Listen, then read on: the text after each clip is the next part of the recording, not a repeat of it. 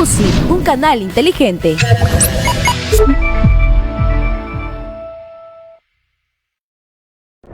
Conéctate a la televisión digital terrestre para una mejor experiencia en señal abierta. Estos son los pasos a seguir para configurar tu TV digital. Solo necesitarás tu control remoto y tu antena UHF. Puede ser interna o externa. Esto dependerá de tu ubicación. 1. Una vez que tengas todo listo, el primer paso es conectar la antena UHF en la parte trasera de tu televisor. 2. Ahora enciende el televisor y entra en la opción Canal desde el menú. 3. Con tu control remoto, escoge que la configuración de tu antena esté en modo aire y luego inicias la búsqueda automática. 4. Solo espera que la antena escanee todos los canales digitales que tiene para ofrecerte. Una vez que finalice la búsqueda, solo queda el último paso, que es disfrutar de toda la programación de UCI en alta definición desde el canal 18.1.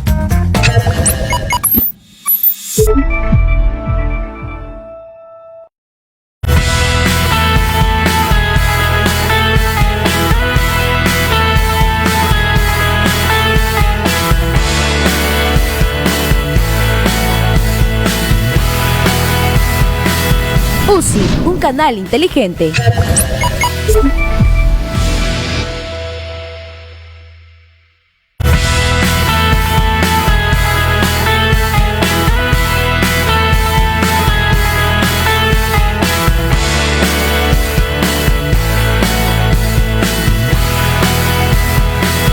UCI, un canal inteligente.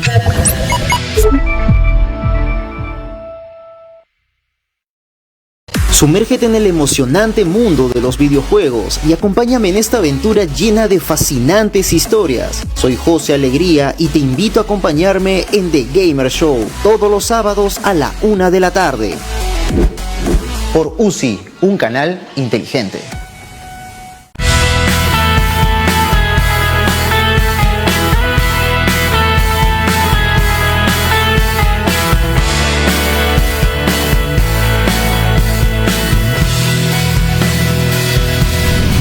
Un canal inteligente.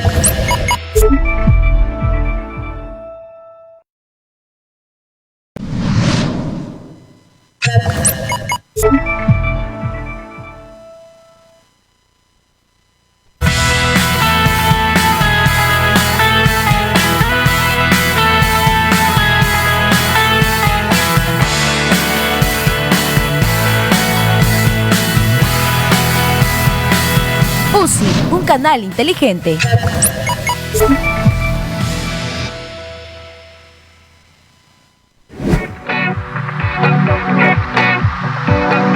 ¿Quieres saber todo lo que pasa en el mundo del entretenimiento?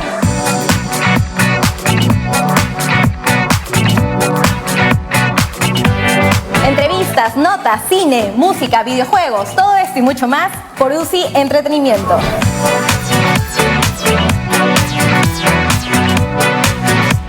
De lunes a viernes a las 8:50 de la mañana y en la noche acompáñame a las 7 por UCI, un canal inteligente.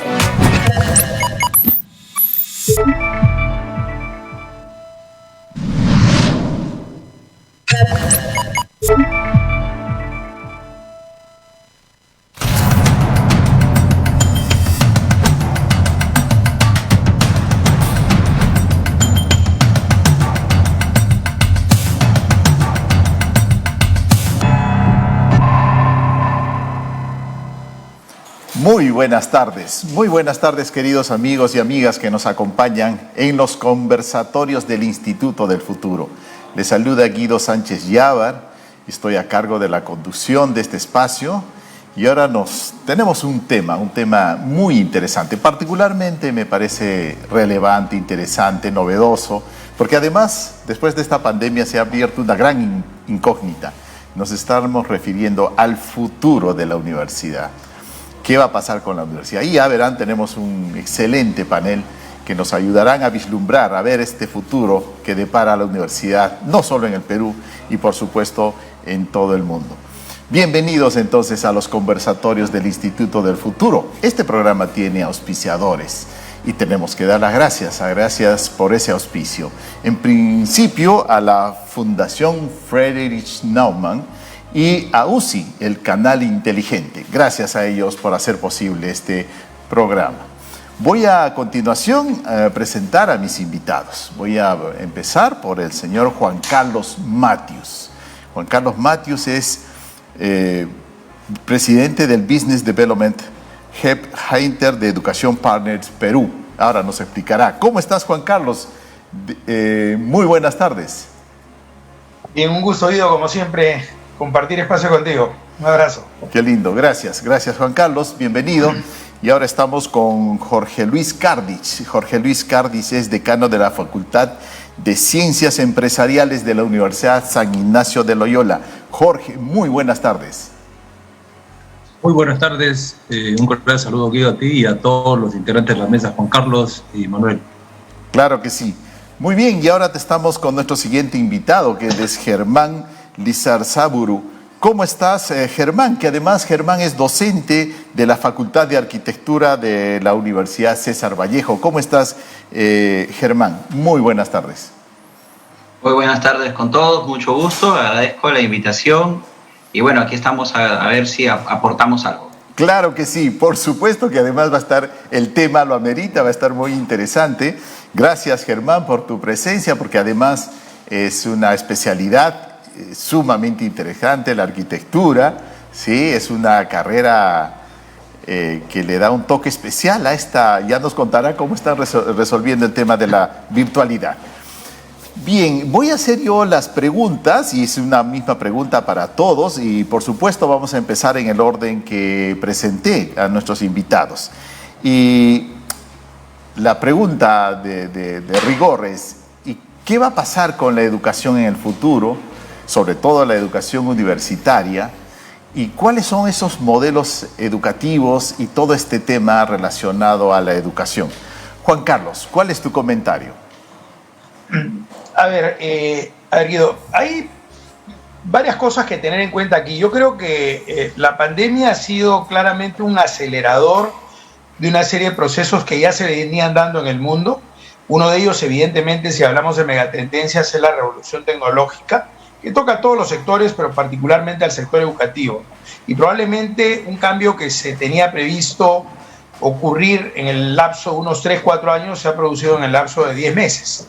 Entonces, eso va dejando algunas huellas importantes donde difícilmente se podría llegar a regresar a un escenario prepandemia tal como lo conseguíamos antes. Yo creo que el cemento va a perder peso. Yo veía con preocupación cómo algunas universidades habían hecho una inversión muy importante en infraestructura y que hoy día estarán repensando si eso es lo correcto o no, porque definitivamente el cemento comienza a perder peso y la virtualidad comienza a coger ese espacio con mucho más fuerza que antes, ¿no? Yo creo que se va a regresar a un esquema blended, aunque en muchos casos se está apostando fuertemente a 100% virtualidad. Estoy hablando del mundo entero, no solamente de Perú. Pero creo que en el caso de Perú y en el caso de algunas áreas profesionales en particular, la alternativa blended va a ser la que prime, es decir, darle un componente de presencialidad, pero mayoritariamente virtualidad. Y digamos, todo ese ejercicio ha obligado a repensar la oferta académica, incorporando algo que ya venía pasando en los últimos años, pero con mucho más fuerza ahora, el concepto de pensamiento crítico, algo que tú mismo, Guido, has hecho en tus sesiones, en tus clases, que es hacer desarrollo en equipo, identificar capacidades de liderazgo, sembrar valores, cosas que antes se veían de repente con mucho mayor timidez en el marco de una propuesta educativa, hoy día cobran un valor mucho mayor, ¿no? Y esos componentes, esas habilidades blandas terminan siendo tan o más importantes que las habilidades duras, ¿no? Y dentro de esa lógica, el concepto de interculturalidad, que yo creo que va a coger mucho más fuerza. Mira lo que pasa con las convocatorias que están habiendo, incluso profesionales acá en el Perú, para trabajar, no acá, sino trabajar en Bogotá, trabajar en España o en cualquier otra parte, y a veces el incorporarse a un sistema no solamente educativo, sino social diferente, involucra una serie de capacidades y valores que no necesariamente los tenemos todos. Entonces creo que este jaque es bueno porque Perú siempre ha reaccionado bien a las situaciones de crisis, ¿no? O sea, cuando la situación no te deja otra alternativa, tienes que mejorar, tienes que innovar, tienes que cambiar, tienes que potenciar. Y eso es lo que creo que va a salir como resultado de esta pandemia, y se viene un futuro, creo yo, positivo para la educación, pero enormemente desafiante. El mundo se abrió y hoy día yo quiero llevar una maestría o un doctorado y lo puedo llevar en una universidad peruana o una universidad europea o asiática, probablemente un costo similar y con una certificación de afuera y tal, y por consiguiente la oferta peruana tiene que tener algunos elementos diferenciales para que valga la pena. Por ejemplo, trabajar casuística local y no quedarme con la casuística gringa que a veces recibimos de alguna de nuestras formaciones, ¿no? Entonces hay enormes desafíos, pero lo veo básicamente orientado hacia eso, ¿no? Gracias, Juan Carlos. Me encanta tu optimismo. Siempre ha sido una mirada optimista a la realidad. Y le vamos a preguntar ahora a Jorge Luis las mismas cuestiones, ¿no? O sea, ¿cuál es el futuro de la educación, particularmente de la educación universitaria, los modelos educativos? Ya los espacios son múltiples, son variados, ¿no? Los espacios educativos. La educación a distancia, ya mencionó Juan Carlos el tema de educación blended. ¿Qué quiere decir educación blended? Una parte presencial y otra parte a distancia, hacer esta combinación, por lo tanto es una nueva modalidad de educación que creo que ha venido a quedarse. ¿Es cierto, Jorge Luis? Totalmente cierto, suscribo todo lo que ha dicho Juan Carlos, en el sentido de que, claro, cuando uno mira los escenarios del futuro y se pensaba que, claro, todo este tema del desarrollo de la tecnología, el acelerado desarrollo de la tecnología, iba a impactar al tema educativo y al tema laboral muy hacia fines de esta década, entrando quizás al 2030. Pero claro, cuando manejan los escenarios del futuro, estos cisnes negros que significan situaciones de poca probabilidad de ocurrencia, pero de alto impacto, como es el COVID-19, como ya se ha destacado acá, ha acelerado ese proceso, ¿verdad? Entonces, llegó para quedarse, digamos, este cambio en los paradigmas de enseñanza-aprendizaje. Van a ser cada vez más tecnológicos, lo que obliga a una serie de cambios.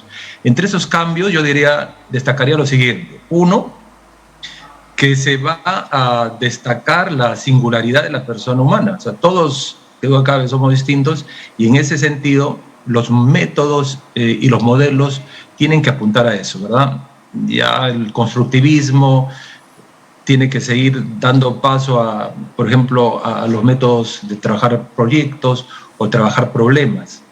Y en esa línea el docente empieza a jugar un rol muy importante, porque va a acompañar al estudiante en su proceso de creación de competencias para la vida, ¿no? No exactamente para, digamos, pasar la asignatura, sino ya te estás preparando en una lógica de educación continua, ¿verdad? O sea, un primer tema es nuevos modelos con enfoque en el estudiante, un rol muy fuerte del docente, pero como acompañante, no como el paradigma antiguo que era el dueño del conocimiento. No, ahora ayuda al estudiante a construir el conocimiento.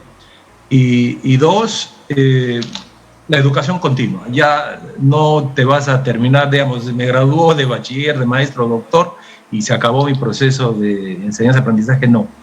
Ahora, en esta evolución dramática que tienen todos los aspectos en que nos desarrollamos los humanos, te obliga a estar permanentemente repensando las cosas y buscar la educación de por vida, ¿verdad? Y en esa línea la tecnología te ayuda porque estamos entrando a estos modelos blended, y como muy bien ha destacado Juan Carlos, ahora tú puedes hacer un programa de la London School o de Harvard o de la Universidad de Beijing sin moverte de Lima, pero ahí hay un tema adicional. Debemos ser alfabetos digitales, y también nuestros estudiantes el reto de moverse en inglés, por lo menos en esta década deben saber inglés. Es prioritario que se muevan en inglés, porque si no, el conocimiento que está ahí en la web, digamos, de la nube, no va a estar muy bien aprovechado. Muy bien, Jorge Luis, gracias. Me quedo con el tema del constructivismo, de las habilidades necesarias, entendiendo el constructivismo por construir el aprendizaje sobre la base del conocimiento previo que tiene la persona, el alumno, y más aún en el caso del posgrado, y la singularidad, es decir, cada uno tenemos una forma diferente de aprender.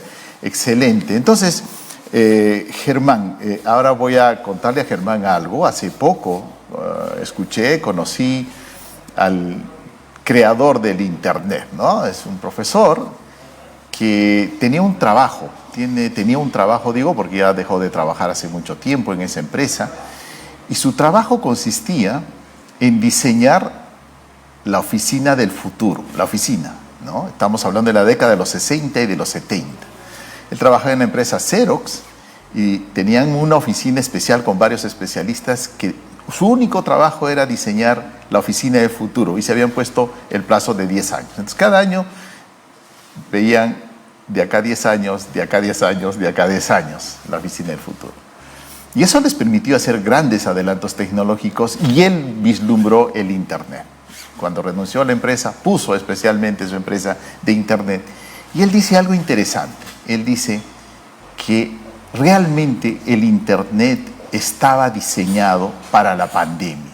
Es como si lo hubiéramos diseñado para la pandemia. Y que actualmente el Internet, y él ya lo había deslumbrado así en ese tiempo, iba a ser más para material audiovisual, el video. En este momento estamos conectados por video. Entonces, la cantidad de videos que se propalan por el Internet es impresionante, ¿no? Entonces él dice, por ahí va el tema de la educación. Pero tenemos algunas carreras especiales como arquitectura y para mí siempre ha sido una gran pregunta. ¿Cómo se han adaptado a esta nueva realidad? ¿Cómo va a ser el futuro de la educación en una carrera como arquitectura, Germán? Danos algunas luces, algunas pautas a partir de la experiencia de estos casi 2 años.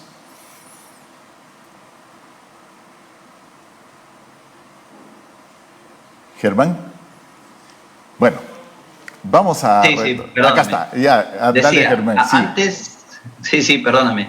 Decía, antes de comentarte un poco lo que hemos hecho en las escuelas de arquitectura a nivel nacional, y digo hemos porque lo hemos venido comparando con otros colegas de otras universidades, pero quiero primero centrarme en la primera pregunta, ¿no? ¿Qué es lo que pasa? Los retos, ¿no? ¿Qué realmente nos espera en el futuro de la educación con lo que ha pasado, ¿no? Definitivamente no hay vuelta atrás, eso lo sabemos. Por otro lado, las universidades, que en un primer momento, por cuestiones de licenciamiento, sí hicieron una inversión muy fuerte, en concreto, en laboratorios, en cosas físicas, y que los pilló con la ropa interior abajo y entonces tuvieron que acomodarse, ¿no? Entonces, superada esta situación, las universidades han facturado la ausencia de estudiantes. Es decir, no han pagado servicios, el Internet ya lo paga el profesor, no lo paga la universidad, la limpieza del estudio donde estoy yo ahora la pago yo, no la paga la universidad, etcétera, ¿no? Entonces la universidad ha facturado en realidad y no es jueguito, ¿no es cierto? Eso es por un lado. Por otro lado, tenemos gigantescos retos a nivel mundial, porque si lo verificamos desde un punto de vista global o local, lo que pasa con este tipo de educación online es infraestructuras, pero no estoy hablando del cemento, obviamente, ¿no? Estoy hablando de las infraestructuras a nivel de telecomunicación, estoy hablando de las infraestructuras a nivel de red o a nivel de conexión. Y en el Perú tenemos serios problemas de aquello, ¿no? Solamente basta mirar a la Secretaría de Gobierno Digital de PCM, que nos dice que aproximadamente cada 2.5 peruanos de 3 tiene ausencia de Internet o problemas para conexión de Internet. Es una barbaridad. Y eso sin hablar de los analfabetos digitales, que somos 8 de cada 10. Entonces, sí es un problema bastante serio que se tiene que abordar si nosotros queremos tener una educación de calidad. Es decir, antes hablábamos de las reformas de la educación en razón a los procesos cognitivos o en razón a las competencias que muy bien mencionaba Jorge hace un rato, pero ahora ya no solamente son los procesos cognitivos y las competencias. Ahora estamos hablando de infraestructuras, conectividad, etcétera, ¿no? Y es un reto fuertísimo que como sociedad y como Estado debemos, ya hablando específicamente de nuestro medio, debemos apuntar, ¿no es cierto? Por un lado. Por otro lado, la gestión del conocimiento, que es el Internet, ¿ok? Que bueno, pues el conocimiento está regado universalmente en el Internet y puedes encontrar cosas realmente buenas o cualquier tontería de cualquier tema, ¿no? Esa gestión del conocimiento debe estar debidamente orientada y para eso no solamente estamos quienes nos dedicamos a la docencia en cualquiera de sus niveles, sino también el propio interés. Y ese propio interés yo creo que al final sí nos va a beneficiar, porque nosotros los latinoamericanos y los peruanos en especial somos muy curiosos. Somos tan curiosos que nos empezamos a meter, empezamos a investigar, a mirar cositas y en definitiva terminas haciendo investigación sin necesidad de saber cuáles son los procesos de investigación o en todo caso sin conocer plataformas de investigación a nivel de Internet. Y eso beneficia en la gestión del conocimiento. Luego, tú has dicho, has apuntado muy bien cuando decías, sí, pues el diseño de la oficina del futuro. Entonces, yo tendría que preguntarme como arquitecto cuál es el diseño de la universidad del futuro, del colegio del futuro. ¿Cuál es el diseño de la universidad del futuro? Sí, es muy posible que ahora, dentro de un año, el 25% o el 30% de las asignaturas estén desde casa. Entonces, definitivamente los espacios dentro de la universidad van a cambiar. Y, ¿por qué no decir la casa? O sea, nuestra vivienda definitivamente va a cambiar. Vamos a trabajar más desde casa, estamos trabajando más desde casa, estamos estudiando más desde casa. Yo creo que hay un jaloncito de orejas al Ministerio de Vivienda y a mi buen amigo Rodolfo Santamaría, que yo aprecio mucho, que es actual viceministro de Vivienda, a ver si cambiamos por fin los patrones o las consideraciones específicas para viviendas de interés social. 25 metros cuadrados, 30 metros cuadrados. Pero se supone que ahora vamos a estudiar en casa, vamos a trabajar de casa. Creo que necesitamos un poquito más de espacio, ¿no? Esa es una crítica que la hago de manera concienzuda, porque todos sabemos que estas viviendas de interés social son espacios bastante justos, por no decirlo de otra manera, ¿no es cierto? Ahora, ¿cómo es que se ha afrontado este reto en arquitectura o en medicina, ¿no? O en cualquier carrera eminentemente práctica? Realmente, si es que hablo desde mi posición de arquitecto, las tecnologías nos han ayudado muchísimo y nos han sorprendido de una manera bárbara. Porque lo que los estudiantes aprendían a mitad de carrera o de mitad de carrera para arriba, ahora lo están aprendiendo en primer, segundo ciclo. Es decir, hacer sus planos en AutoCAD, o hacer sus planos en Revit, o hacer sus maquetas en SketchUp, o a manejar cualquier software vectorial en 2 dimensiones o en 3 dimensiones que permita esa facilidad. Y lógicamente al docente que lo sabía más o menos, o bien, o que no lo sabía, ha tenido que ponerse al día. ¿Qué pasa? En las asignaturas de taller o en las asignaturas de planimetría y maqueta, cuando tú llegabas a aula con tu plano y con tu maqueta en físico. Ahora el plano está en la pantalla y la maqueta es un volumen que tú en la misma pantalla lo vas moviendo. Entonces, esas facilidades tecnológicas, gracias a Dios, existen. Creo yo que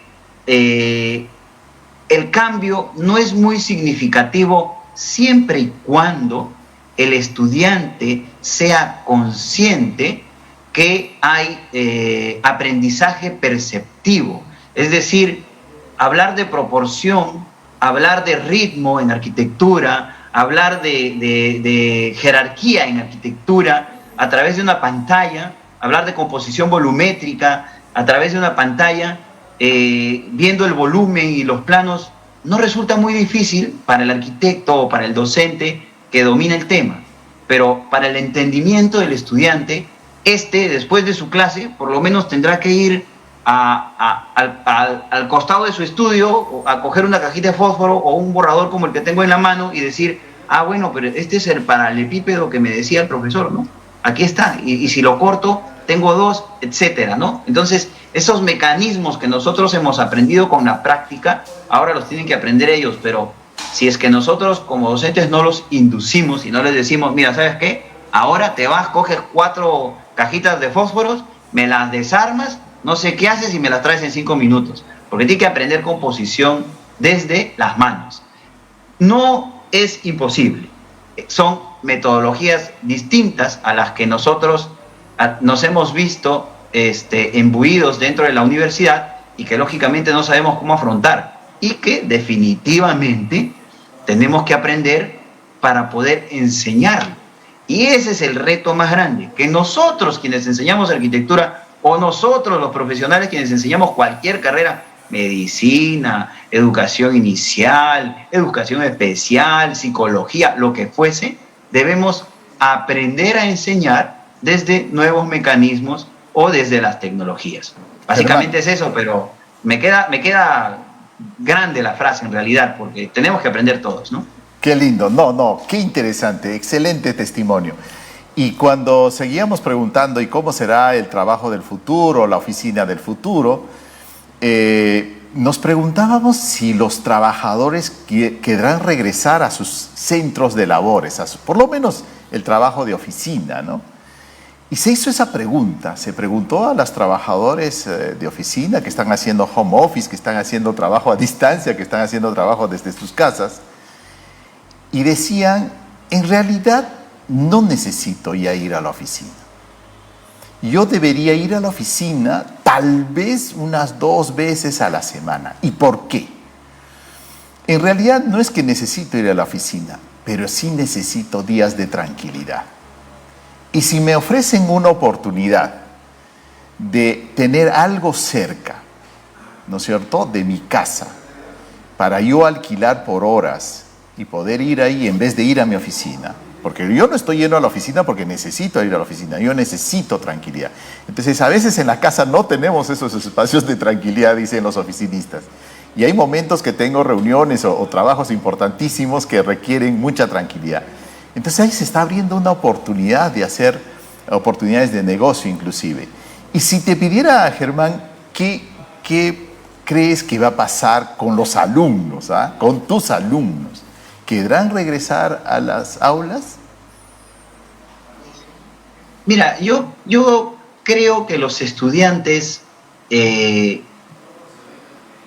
quizá están por mitad, y puede ser que me equivoque, pero yo creo que están mitad. Es decir, hay quienes sí quieren volver a las aulas porque los problemas se resuelven mejor y se afrentan mejor cuando los discutes cara a cara en el momento del aprendizaje. Es decir, discutir sobre algo que no conoces o algo que estás aprendiendo es mucho más sencillo resolverlo cuando tienes ese contacto directo, ese contacto humano, el feeling, la postura corporal, la expresión facial o la expresión gestual, que yo, bueno, por costumbre muevo un poco más los brazos, pero podría estar haciendo así e incluso expreso menos, ¿no es cierto? Eso los estudiantes extrañan sobre todo en carreras muy prácticas, ¿no? Quizá en carreras como Derecho, que son carreras de bastante libro, lo extrañen también, ¿no? No lo sé.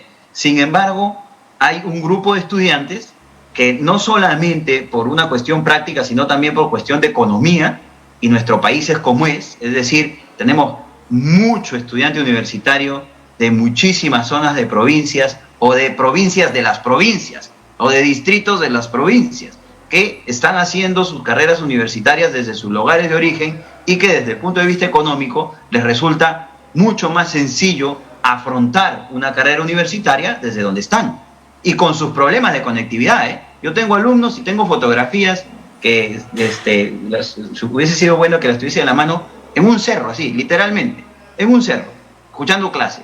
O si no, un estudiante que me decía, arquitecto, ¿sabe qué? Disculpe, ha empezado a llover, me tengo que ir.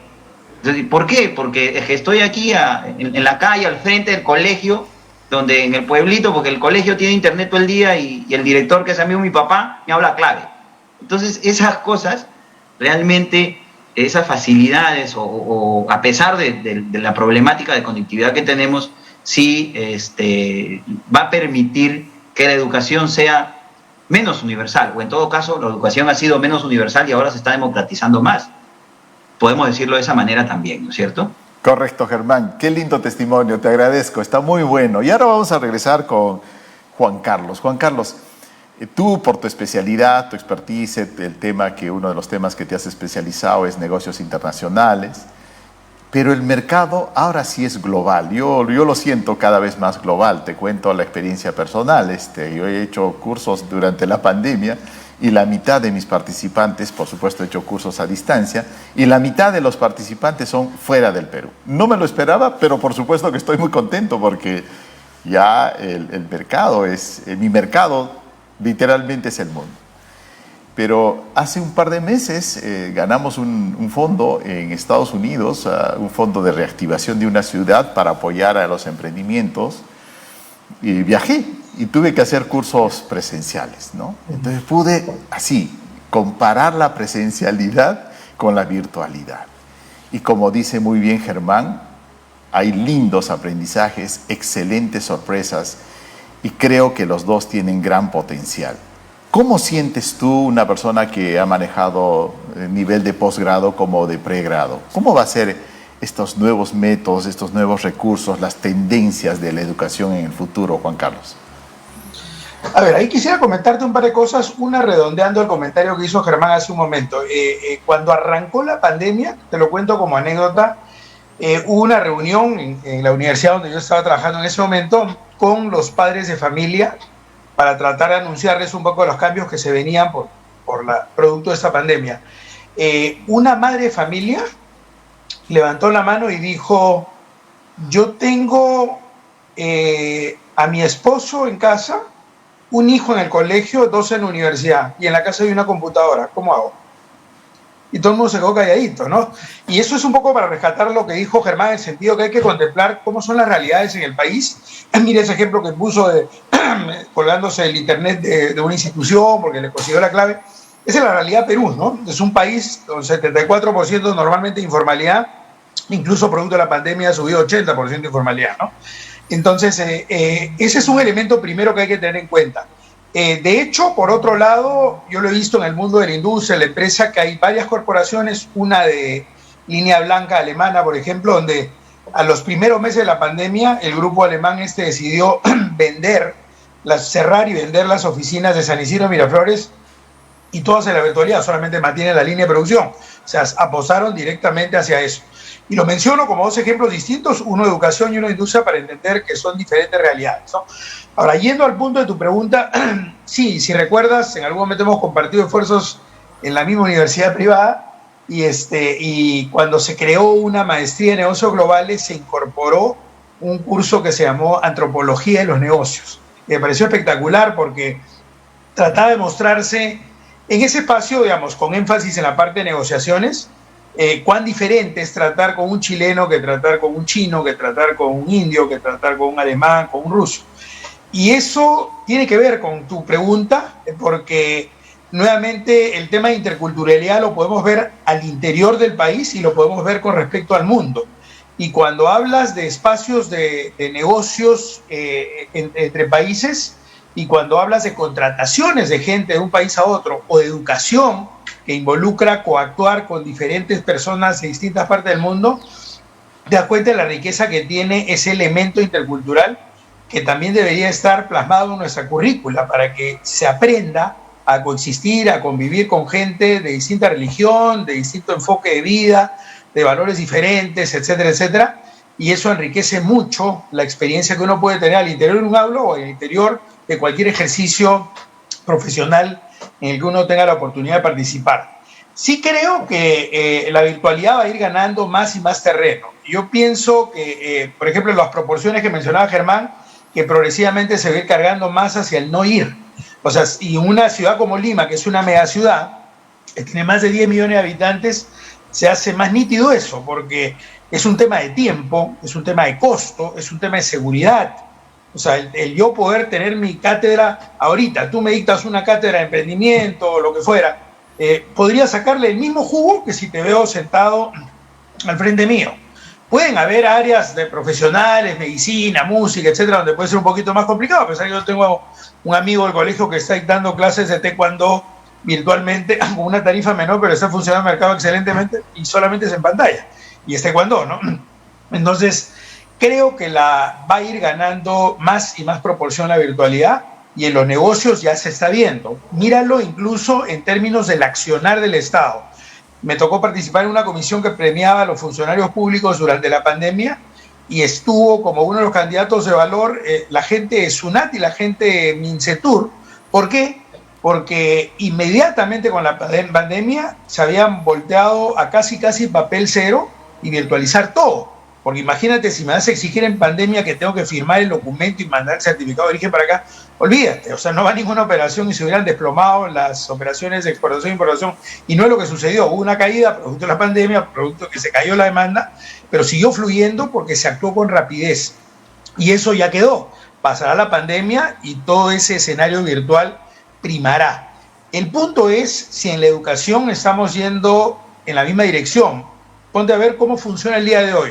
Tú sacas una maestría en la Universidad de Yale virtual, saca tu cartón, y yo lo hice presencial, y no hay ninguna diferencia entre tu cartón y el mío, porque Yale no va a bajar la valla porque es virtual. Si te pone el sello de Yale es porque la cátedra ha mantenido el rigor que corresponde, y eso es, y punto. No hay ninguna diferencia entre la presencialidad y la virtualidad. Acá sí, acá un SUNEDO te pone en grandazo virtual, y por lo tanto uno puede seguir una línea de carrera en el sector académico porque ese título de doctor no tiene el mismo valor que el doctor presencial. Entonces, esto tiene que cambiar. Evidentemente, ese ente regulador, en el caso de SUNEDU, que ha hecho una tarea estupenda en otros frentes, levantando la valla, evitando que salgan pues, universidades de garaje y tal, eso está muy bien, pero en este otro frente progresivamente tiene que ir cambiando el chip y orientándose más bien hacia controlar que el estándar de calidad de la oferta virtual sea el mismo que el presencial, o mejor incluso. Y hay herramientas para que así sea, ¿no? Pero va a ir primando progresivamente la virtualidad en todo. Excelente, no, de acuerdo, excelente. Mira, Juan Carlos, te comento algo brevemente y me gustaría tu opinión. Uno de estos exalumnos que tengo fuera del país me recomendó para que dictara un curso piloto de emprendimiento en un colegio de Estados Unidos, un programa de emprendimiento en español, porque el idioma extranjero que enseñaban en este colegio era español. Y aprobé y me contrataron, ¿no? Y luego me he enterado que este colegio y otros están ofreciendo a la comunidad, sobre todo mexicana, y de otros países de Centroamérica, y le dice, estudia en tu lugar de origen, pero vas a sacar el título como si hubieras estudiado en Estados Unidos. Y estamos hablando del nivel de bachillerato o de colegio secundario. Entonces, claro, fíjate, esto se vuelve sumamente atractivo para las personas que quieren migrar o que tienen familiares en el país del norte, en fin, pero me llamó profundamente la atención. Entonces, estos cambios son disruptivos en la forma de comenzar a ver la educación. ¿Qué va a pasar entonces en este mundo de las universidades por países? ¿Cuál es la tendencia que tú ves, Juan Carlos? Yo creo que lo que tú has tocado obliga nuevamente una reflexión por parte de SUNEDU, porque, por ejemplo, el día de hoy eso es interpretado por la autoridad regulatoria como vientre de alquiler. No puede ser que una universidad americana, si fuera el caso de Perú, por ejemplo, que se impartía la cátedra acá, tú tengas la certificación de afuera. Es un problema. O sea, si lo estás haciendo, y si lo están haciendo algunas instituciones acá, que lo están haciendo, tiene un contingente ahí complicado, ¿eh? Es un problema. Estás yéndote contra la norma. Entonces, pero yo creo que debería cambiar. Como muchas cosas, por ejemplo, también debería cambiar algo que existió antes y hoy día no existe. Y lo tenía ESAN y otras universidades. Tú podías llevar tu maestría o tu doctorado de manera modular, casi a tu ritmo. Si tú estabas chambeando y mantenías a tu familia y no podías llevarte pues 4 cursos en un semestre, olvídate, no podías hacerlo, pero podías 1 o podías 2, lo llevabas. Acá hay un concepto de promoción, tienes que ser parte de una promoción y por lo tanto empiezan y terminan juntos y tal. Y tú no puedes llevar por módulos y armar tu combo. Yo sería partidario de que eso cambie y sí funciona en otros países. Por consiguiente, así como decía, una tendencia claramente es que la virtualidad tenga mayor peso y en ese modelo blended pese más lo virtual que lo presencial.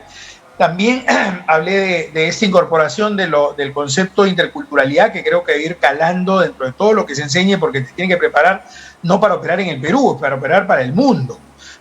Hemos participado en todos estos procesos de los TLCs y hoy día muchas empresas que están produciendo artesanías en Huancavelica no están mirando los 30 millones de habitantes de Perú o los habitantes de Huancavelica, de una región en particular, están mirando el planeta y pueden estar vendiendo parte de su producción como lo hacen a Nueva York o a Bruselas ahorita, deben estar despachando ahora, ¿no? Entonces, esa mirada tiene que ser súper importante. Y ese jaque a la institución regulatoria en el país para que no solamente se piense en cómo se tiene mayor presupuesto, no 3.2% del PBI, sino progresivamente levantarlo pues a 5 o 6% como los países desarrollados, sino qué uso le hace ese recurso. El primero es conectividad. O sea, yo te diría hoy día, yo no me muevo de la esquina si no hay agua, electricidad e internet.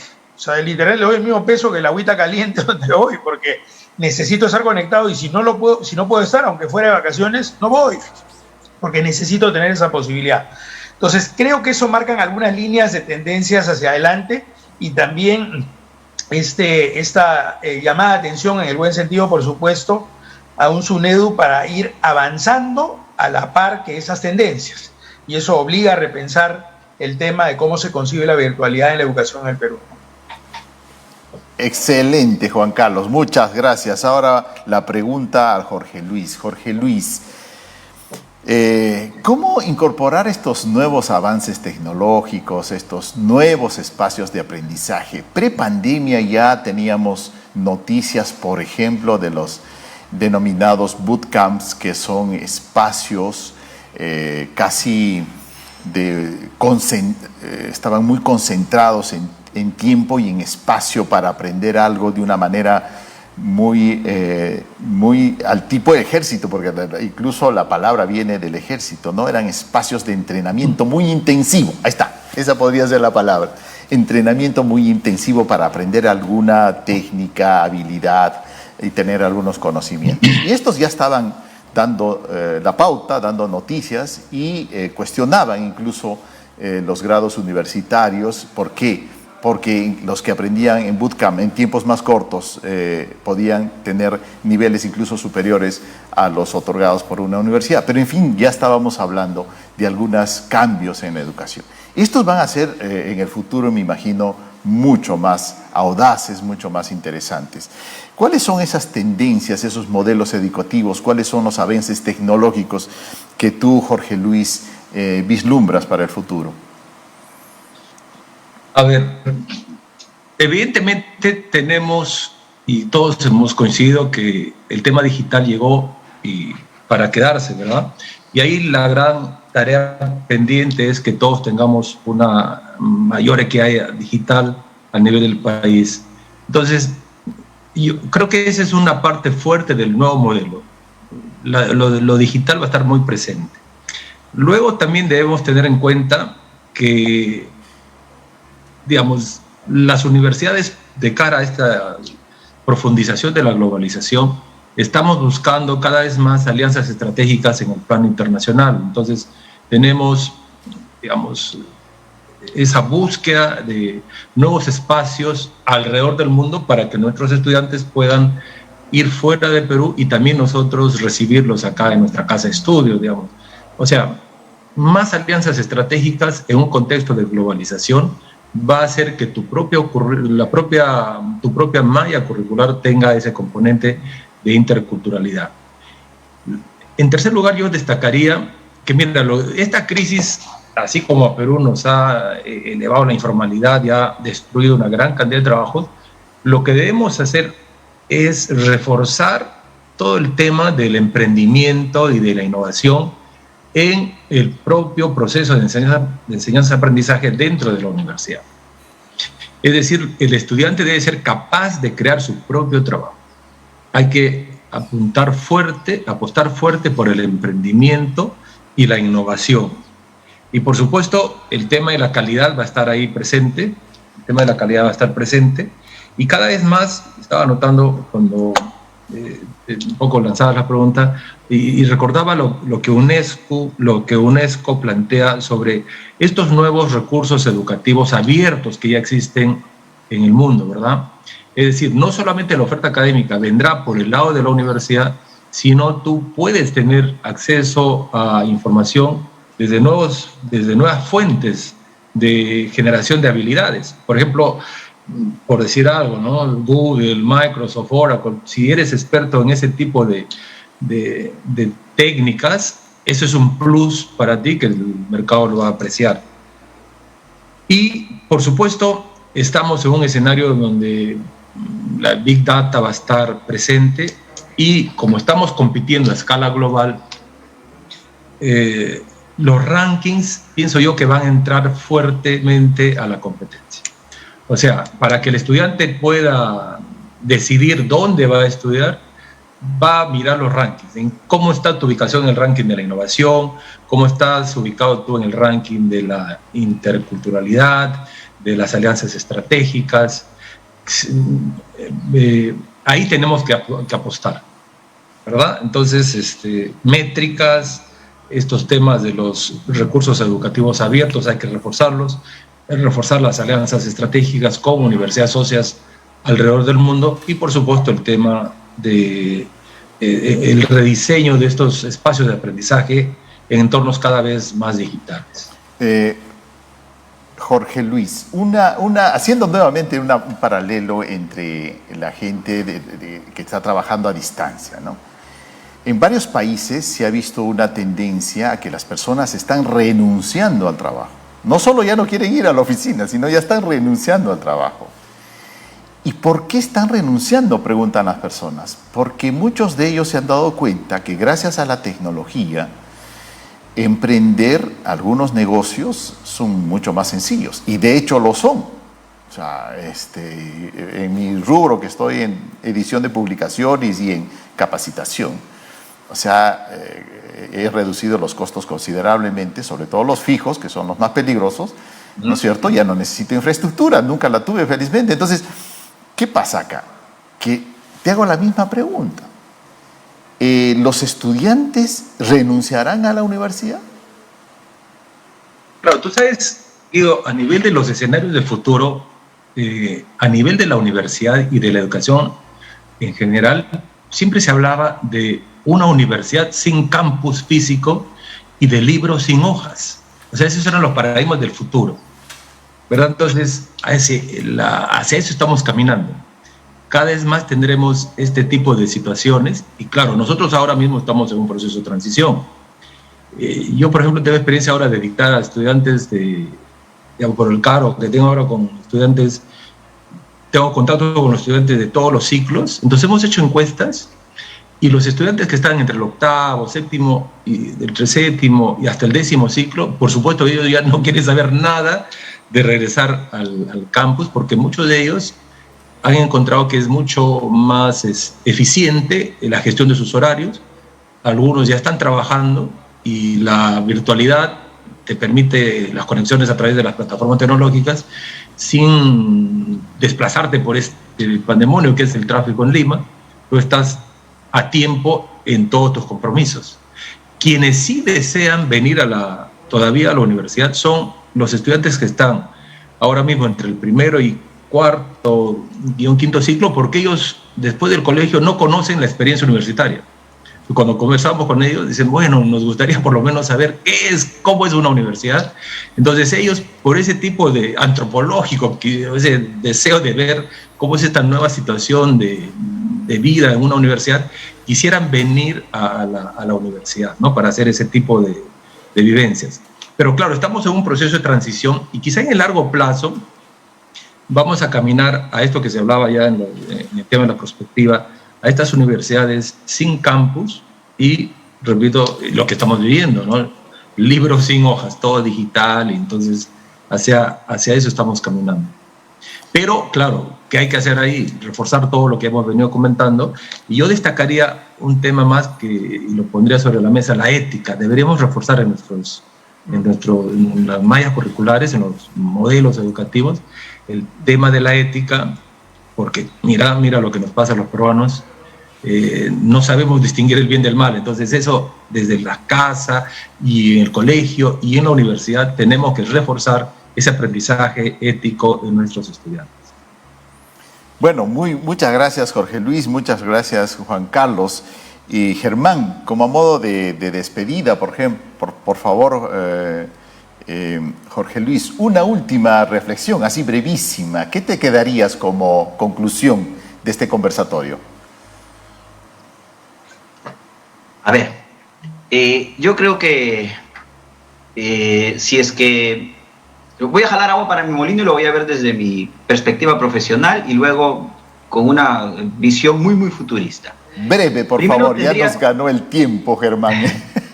Primero tendría que decir que si es que las condiciones de la educación van a cambiar y van a tender a ser como lo va a ser a distancia, entonces las infraestructuras van a tener que cambiar también. Y no hablo de las infraestructuras universitarias, sino de las infraestructuras en las que vamos a recibir ese conocimiento, sea vivienda, sea o sean grupos que se juntan en edificaciones para trabajar en esos espacios tranquilos donde en casa no tienes, ¿no es cierto?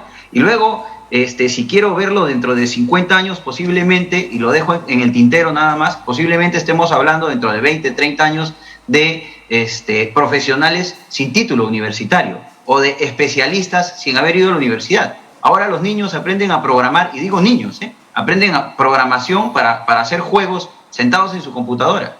Y esos son los grandes programadores que luego las empresas desarrolladoras de software están buscando.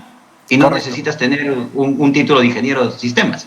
Correcto, gracias Germán, excelente. Juan Carlos, tus últimas palabras, ¿cuál es tu conclusión? Sí. Dos términos que creo que van a primar, competitividad y alianzas estratégicas. Y en alianzas estratégicas, sumando a lo que mencionaba Jorge, yo diría no perdamos de vista que existen estas OPM, Online Program Management, que son partners que aportan la parte tecnológico-comercial y la universidad se concentra en su core. Higher Education Partners, a la luz de tu pregunta, es la número 1 en OPMs a nivel mundial en educación, ¿no? Sorry por el pulicherry, pero aprovecho. No, muy bien, fantástico. Ya nos contarás un poco más al detalle, Juan Carlos. No, muy bien. Y les estoy muy agradecido. Ha sido muy interesante. La hora ha pasado, pero volando. Excelente panel. Cuando vi los nombres y las especialidades, dije esto va a ser un programa, y no me equivoqué, es un programa muy interesante. Por supuesto, las novedades en la educación van a ser notables, sin duda. Los retos para los educadores, para los padres de familia, para las comunidades y los países es inmenso y creo que la tecnología nos va a deparar grandes sorpresas. Muchísimas gracias. Algunas personas me han escrito y me dicen, Guido, tú que estás viendo temas de emprendimiento y todo, cuéntanos. Bueno, les cuento que si quieren información de los programas de emprendimiento que tenemos desde niños, ahora tenemos vacaciones, destellos emprendedores para niños y en fin, todos los programas de emprendimiento nos pueden encontrar en culturaemprendedora.com. Esa es la página web de CISA, culturaemprendedora.com, y en las redes sociales también como Cultura Emprendedora. Muchísimas gracias, queridos amigos. Conmigo será y con estas entregas del Instituto del Futuro. Nos vemos el próximo viernes. Muy buenas tardes.